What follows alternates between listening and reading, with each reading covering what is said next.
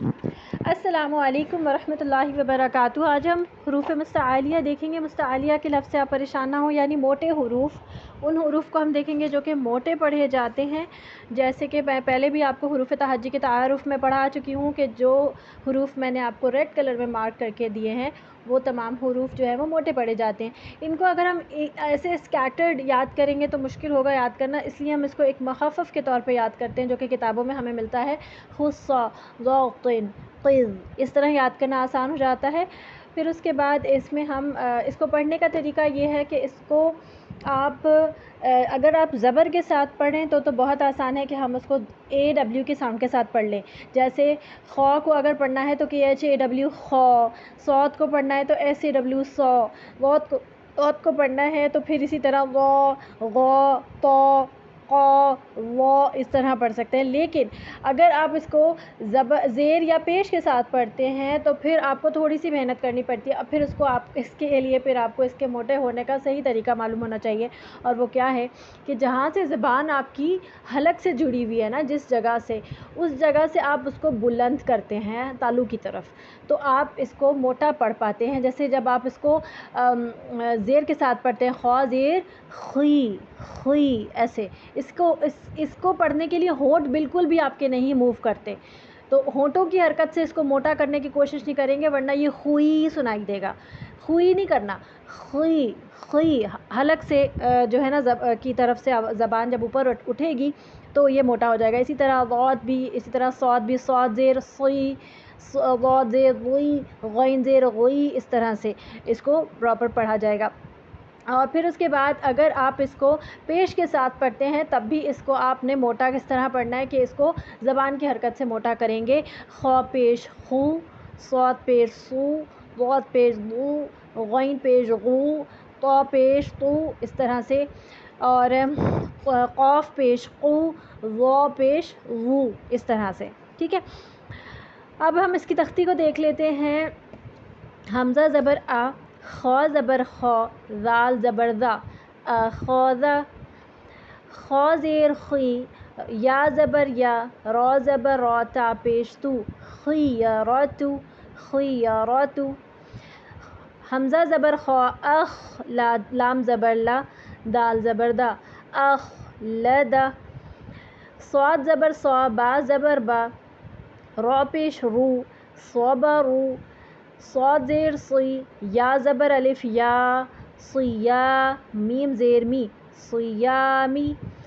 میم پیش مو، میم پیش صاد، مس۔ اس میں نا ساکن حالت میں اس کو موٹا پڑھنا تھوڑا سا اور ہمارے لیے ایک چیلنجنگ ہوتا ہے، لیکن انشاءاللہ پریکٹس سے یہ بھی آسان ہو جائے گا۔ مس، یہ موٹی سیٹی کی آواز ہے، مس۔ اگر میں سین کی باریک سیٹی پڑھوں گی تو ایسے ہوگا مس، مس، اور موس موٹی، تو مس، با زیر بی، ہا زیر یا، ہی، نون زبر نا، مس بحینا۔ واد زبر وا، را زبر را، با زبر با، ورابا۔ اچھا، واد کو پڑھنے کے لیے زبان آگے سے یعنی زبان کی نوک اوپر تالو سے نہیں ٹچ کرتی، بلکہ آپ کی زبان کی جو سائڈیں ہیں نا، وہ آپ کی داڑھ جو اوپر کی جو 3-4 داڑھیں ہیں نا اوپر والی، ان کی جڑوں سے، جہاں سے آپ چباتے ہیں ان کی جڑوں سے، جڑ مطلب اندرونی حصہ جو تالو کی طرف جڑا ہوا ہے، اس حصے سے ٹچ کرتی ہے آپ کی زبان کی دونوں سائڈوں کی داڑھیں، اور یہاں سے ہی پریشر ڈال کے آپ واد پڑھتے ہیں۔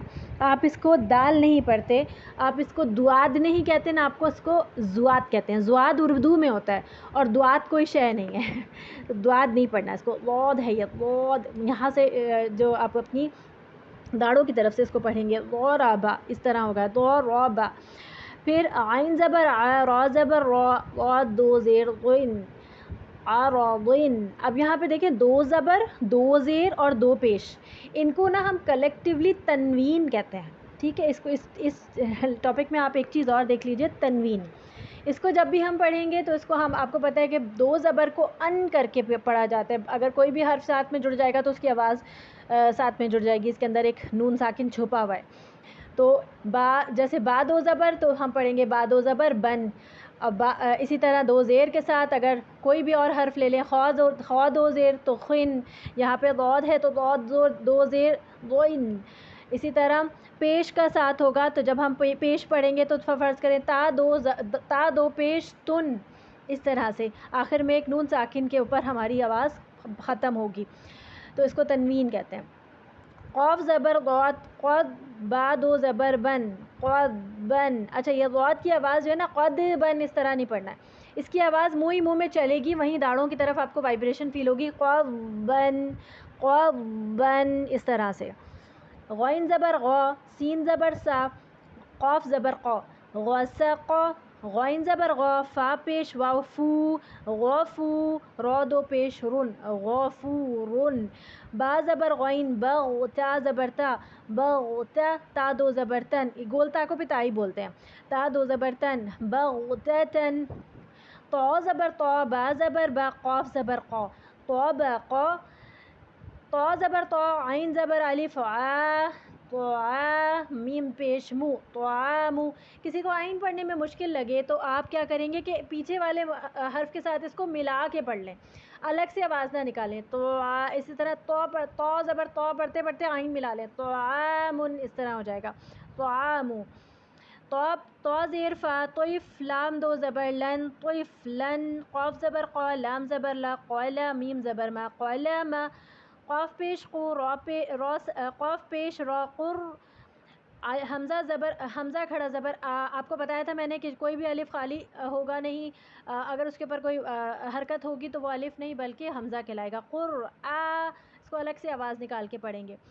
جیسے عین کو ملا کے پڑھنے کا میں بتا رہی ہوں نا، حمزہ کو الگ سے پڑھنا ہے، تو ہم نے ان دو میں یہ ڈفرینشیٹ کرنا ہے، قر آ، نون زبر نا، قر آ نون، قاف زیر قی، با زبر با، لام زبر لا، قیبا لا، وا زبر وا، لام زبر لا، میم زبر ما، ظلما، حمزہ زبر ضا، اض، یہ موٹا پڑھیں گے اض، اس طرح، لام زبر لا، اضلا، میم پیش مو، اظلمو، ضا زیر ضی، لام کھڑا زبر لا، ضلا، لام پیش لو، ظلالو، ہا زبر الف ہا، ظلالھا۔